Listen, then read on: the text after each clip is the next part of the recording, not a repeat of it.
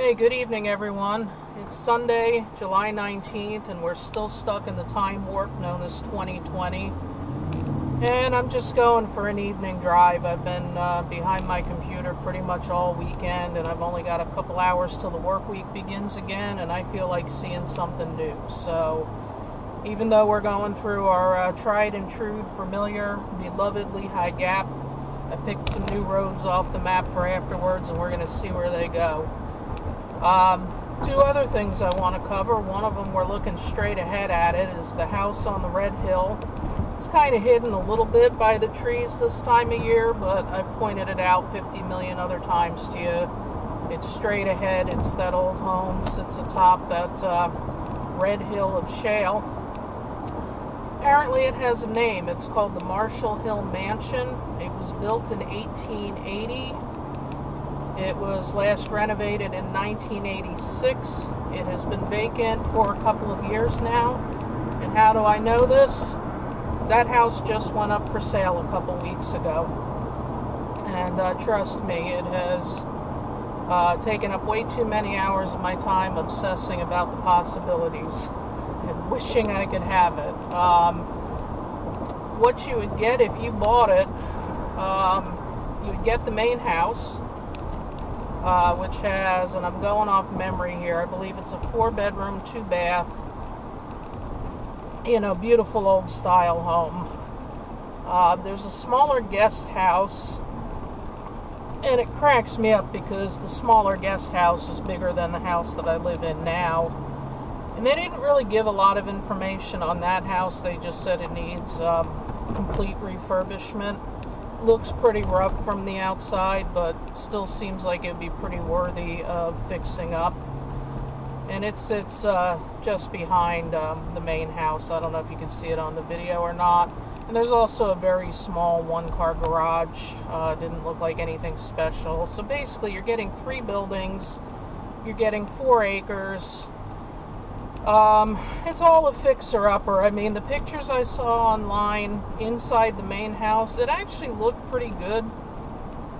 It looked like if you put some fresh paint on the walls and refinish the hardwood floors and, maybe just cleaned or replaced the carpet where there is some, you'd be pretty good. The kitchen looked a little rough. I think you'd be wanting to look at appliances, maybe cabinets. Although the cabinets, maybe I would just paint, because they do fit the style of the house. And believe it or not, all that can be yours for $375,000. Now, don't get me wrong, that's way out of my budget. It's a fantasy, but, the value, even in this area, the value of what you're getting for that money, that's pretty darn good. I don't know what that would be worth if you fixed it up, but it's surely got to be worth more than that. I mean, you see, average 3- and 4-bedroom homes being built new on virtually no land in this area, going for the high 200s, low 300s. So, $375,000, you get the views, you get the property, you get 3 buildings, you get 4 acres. I don't know what's not to like other than the fact that I can't afford it. But that doesn't matter anyway. They apparently have had a number of offers on it already.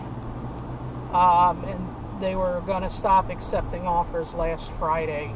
And I didn't put an offer in, obviously. So, it's kind of a moot point. But I just found it interesting that a place that I love so much and fantasize about so much had just been available, had there been the money. So, what was my personal fantasy for it? Well, I'll tell you what, I always have these ideas for businesses. Who knows if I'll ever pull any of them off, but my idea for that one, a lot of people look at it and they say, oh, that would make a great bed and breakfast, and absolutely it would. But my fantasy for it was a little similar but different. I thought it would make an absolutely perfect writer's retreat. That's where somebody who wants to get away from the world and write their novel or write their memoirs or write anything, they can check in, meals are provided for them, they're in company of other writers, they can kind of get away from everything for a while and get their book done. And I I thought it'd be a great idea. Personally, I would have renovated the smaller house and just lived in that, and then used the bigger house for the writers to stay in. Being that it's a 4-bedroom, you could rent it out to 4 writers at a time. You could probably at least break even on it, maybe make money on it. I mean, I didn't actually really run the numbers. Could I have gotten a business loan for something like that? I don't know, but usually if they give you a loan, they want you to have some skin in the game. They're not going to do it for 0% or 5% down. You probably got to put 20, 25%, maybe more down. And then there's obviously the cost of, the renovations, the upkeep. Believe me, I stretched my brain trying to figure out if it was doable, and then there was still a gap about as big as Lehigh Gap between me and that fantasy, but that's alright. Sometimes you need those mental escapes for a little bit. And now we're finally to the real escape for me, because I've never been on this road. To let you know what I did, I looked at the map before heading out, and I picked some roads that just make a long loop out to Beltsville Lake, although you won't see the lake, out to 209 in that area, and then just loop back. And if I do it right, I should come back out to Little Gap, which then leads up the mountain to Blue Mountain ski area, which you've seen 500 times, but I don't know about you, I never get tired of looking at it. And I also picked these roads. You can see we're very briefly going into the sun. It is around 6 o'clock, so the sun's getting not low on the horizon, but low enough that you don't really want to be driving west. So these roads are primarily north-south. So, I'd gone to the grocery store earlier, and that was not enough. I hate grocery shopping anyway, but I just didn't really feel like going back in and sitting back at my computer yet. It's too hot to do anything else. And you Texans, hold your laughter, because now it really is a heat wave. I saw it get as high as 97 today. We've got a dew point of 70. So the heat index is, I forget what they said it was, 104, 105. That's a heat wave. We're kind of in it for the long haul here. It was 93 when I left the house. I see just now it's dropped to 91 as we've gotten into this little forest area.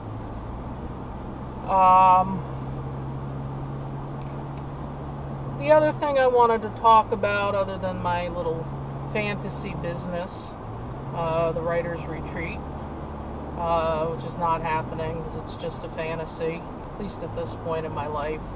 I felt like I owed you guys an update on my job and about the side business that I actually do have and do wish to expand.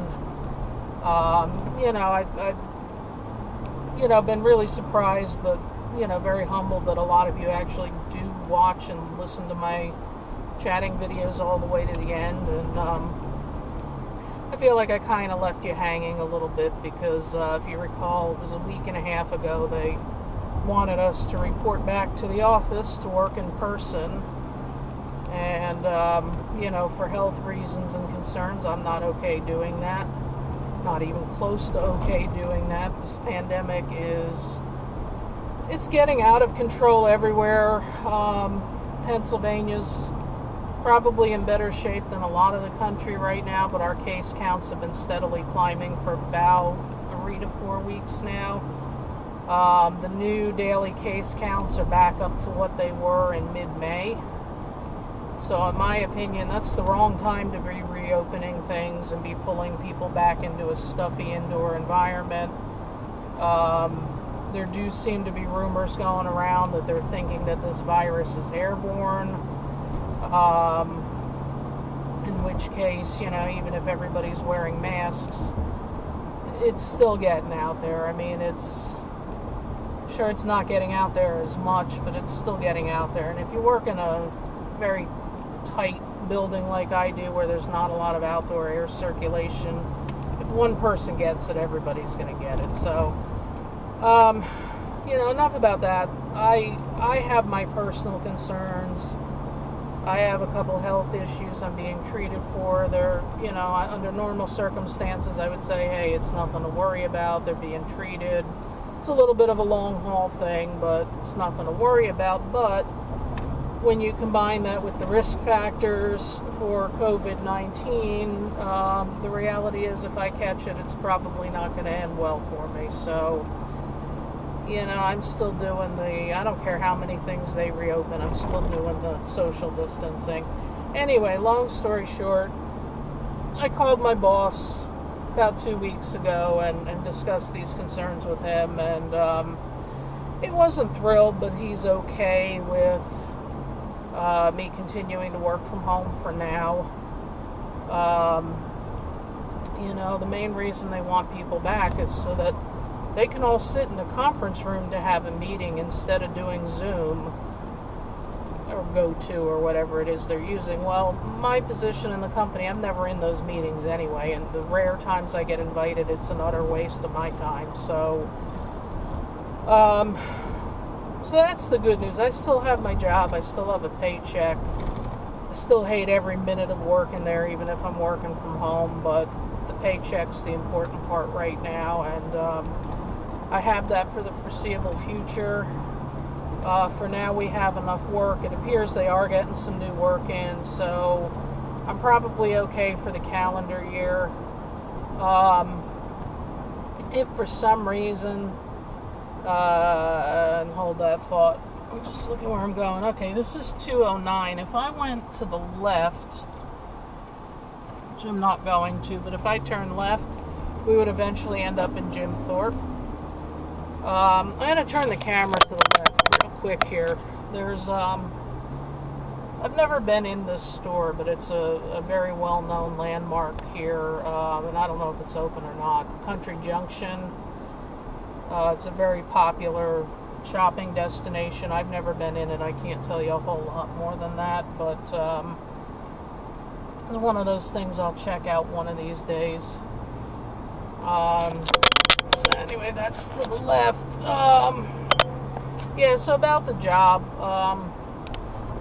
the only concern I still have right now is my boss wasn't thrilled about giving me the okay to work from home, and part of me wonders if his boss will override him and tell him, hey, I have to, go back. If that happens, I'm going to try to get a doctor's note, which I believe I could do. I'd rather not have to do that, but if I have to, I will. And if that doesn't work, and if they just decide to lay me off, at this point, I hate to say it, I don't give a you-know-what. I'm just, emotionally, I'm so done with that place, and it has nothing to do with the pandemic. I've been emotionally done with it for a long time now. Had life gone the way I originally planned it, and we all know it never does, but had it gone according to my older plans, I would have been out of that place 2-3 years ago. So, quite frankly, I am just hanging in there for a paycheck, and I hate to be the kind of employee that says that or feels that way, because I'm the kind of person who really, tries to put my heart and soul into what I do for a living. I know corporate America is not big on rewarding that, but it's who I am as a person, and I can't change who I am. And the fact that I can't be that way at this company anymore, for various reasons I'm not going to go into, it's just at the point of no return, and to be honest, I really kind of hate myself for feeling that way, because it's not who I am. So, that brings me to the business that I've been running on the side and that I've talked about taking full time. And here's the really good news in all this. On my last drive, when I was going up the mountain, I outlined my ideal scenarios was that I was going to use the course that I'm taking now to craft my business plan. And the biggest thing I have to figure out is, there's about 100 services I can offer. First, I've got to narrow it down to what I think is the most promising. And then when I've got that nailed down, I'm very weak on the marketing side of thing. And I've got to start actively marketing this business.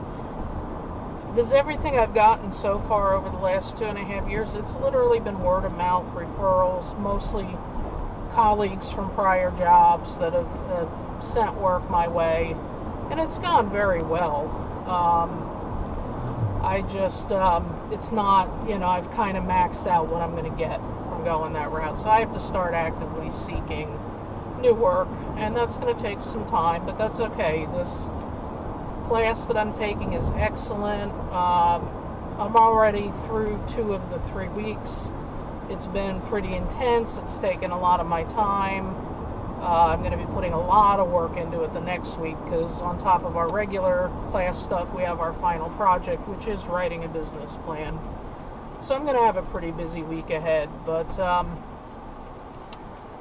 if you recall the last video, I said what I wanted was to use the class to do just that, and I'm doing that. And if I can stay at my day job, then that'll give me all of August through however long it takes to start the marketing campaigns, and to hopefully start getting some work as a result of that. And I really think, I feel very strongly about this. I really think that if this works, probably early next year, January, February, I'm going to be giving my company 2 weeks notice and running my business full time. And that, to me, that's the scenario I wanted. As frustrating as my job is, I would like to hang on a little longer for financial reasons. And, keep my fingers crossed. It looks like I'm going to be able to do that. I'm going to get the full-time business I want. I'm going to get it on my terms.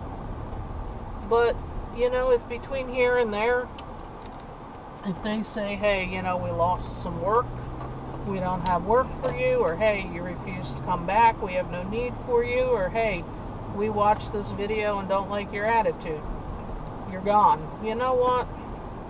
I'm okay. It would be, don't get me wrong, it would be a little bit scary and unsettling, but I'd be fine with collecting unemployment while I build this business, because I think I'm far enough along with that I just need a little push to get it to where I need it. So, that's the really good news I wanted to share with you. I know it always takes me till however many miles into the video to get to the point, but that's it. It's going according to plan, and I've made the decision, I've made the commitment. I am going to build this to a full-time business, and I think my fallback plan come the new year, should I not have it built to full-time, I may still leave the day job anyway and switch to a part-time job, just to supplement the business till it's really where I need it.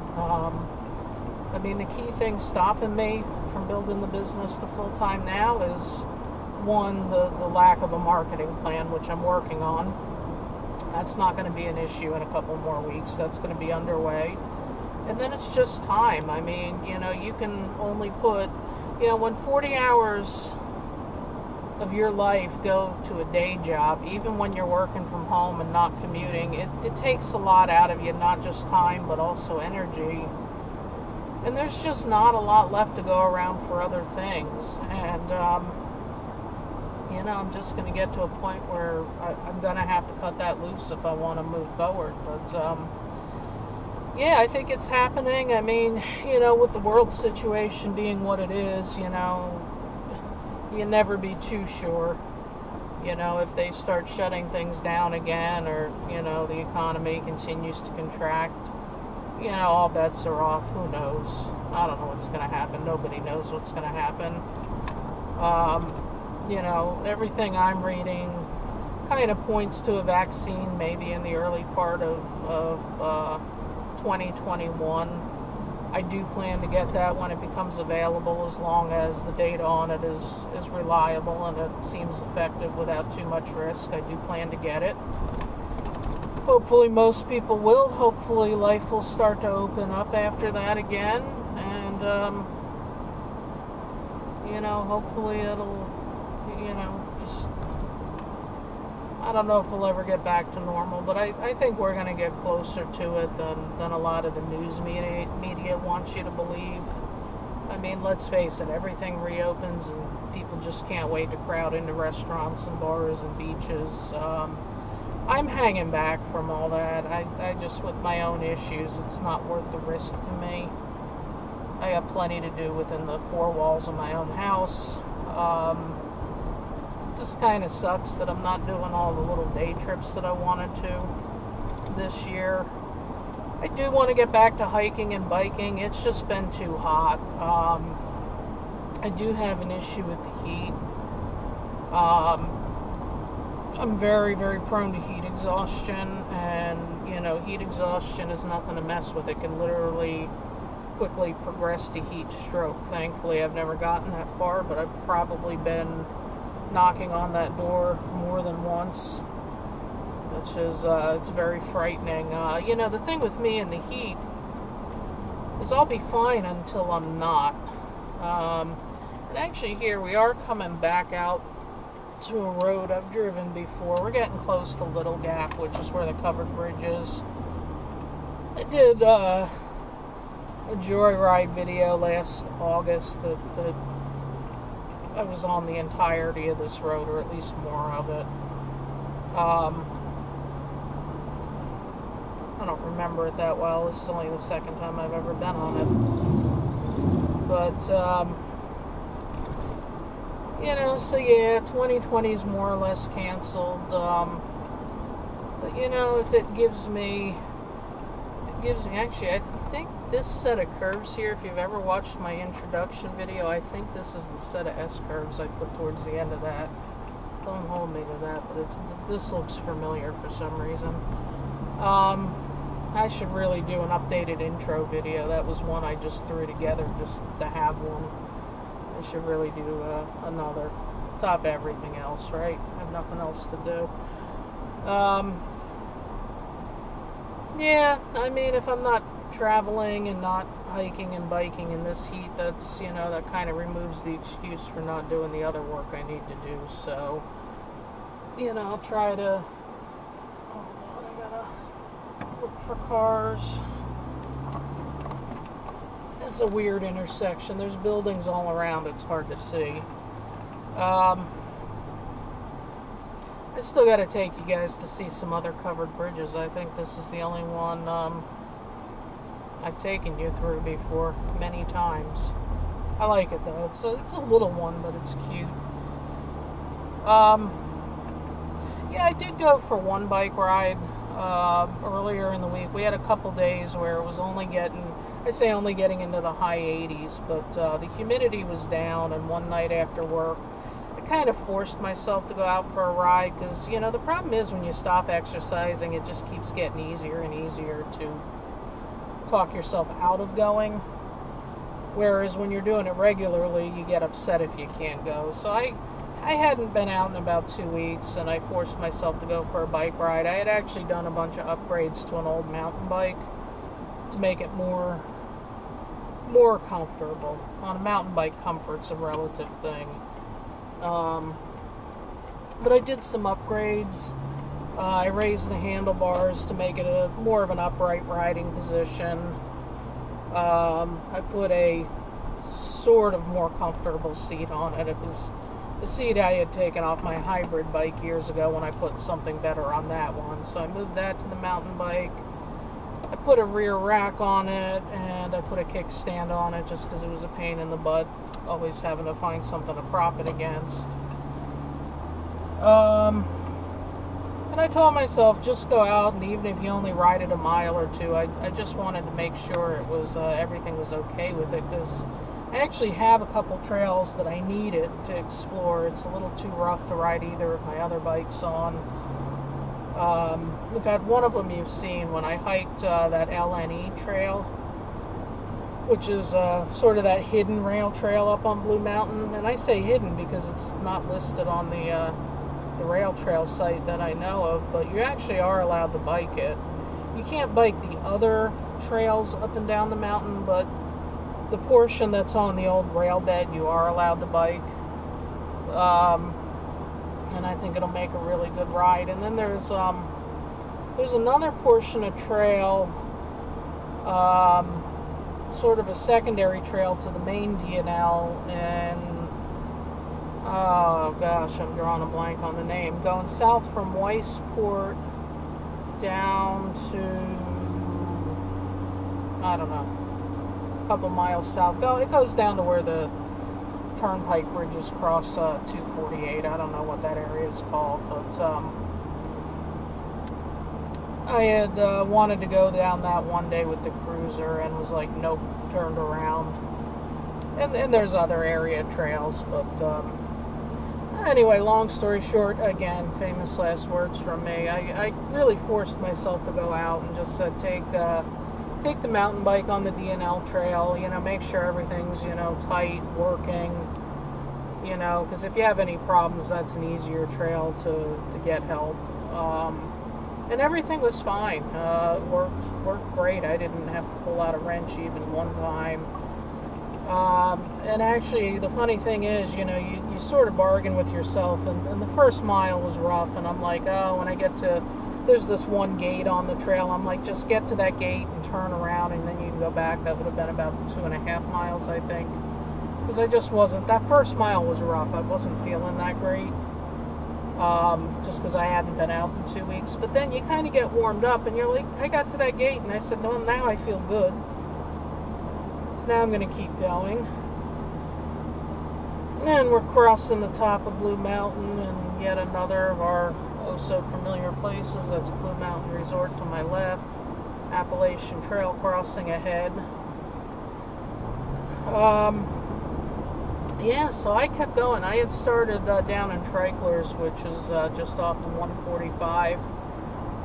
There's a combination parking lot for the boat launch and the trail down by the river.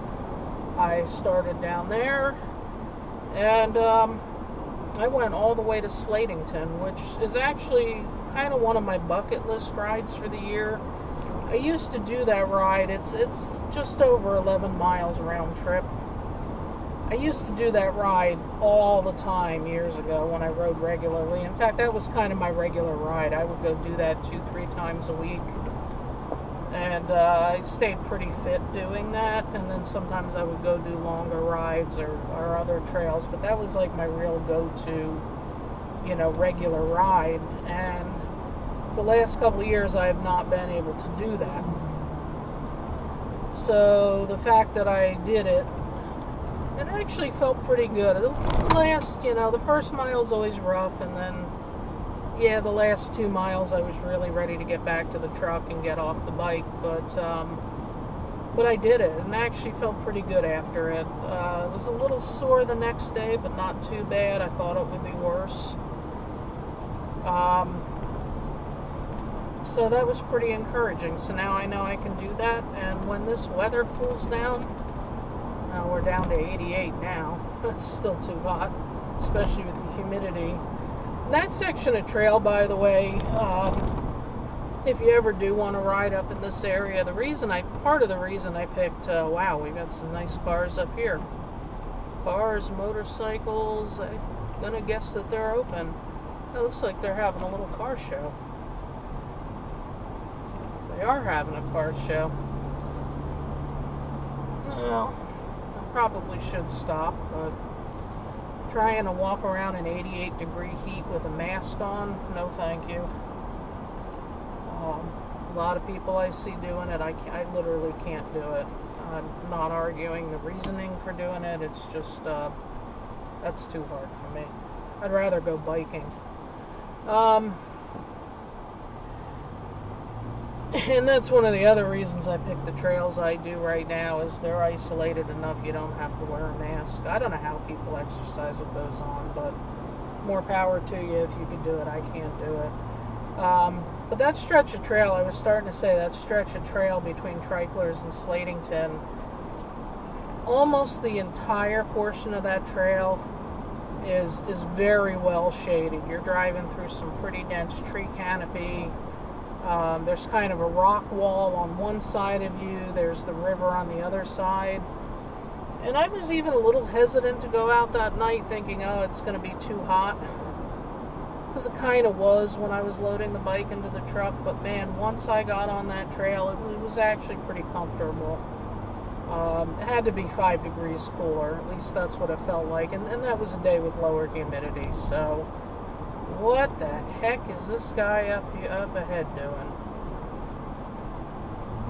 How much do you want to bet he's texting?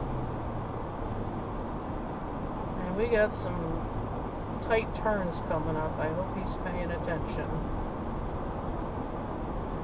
Oh boy. Yeah, I'll hang back a little bit. I'm not going to get on his bumper. So anyway, that's kind of enough for me. I've updated you on the things I want to update you on. And I am going to head for home.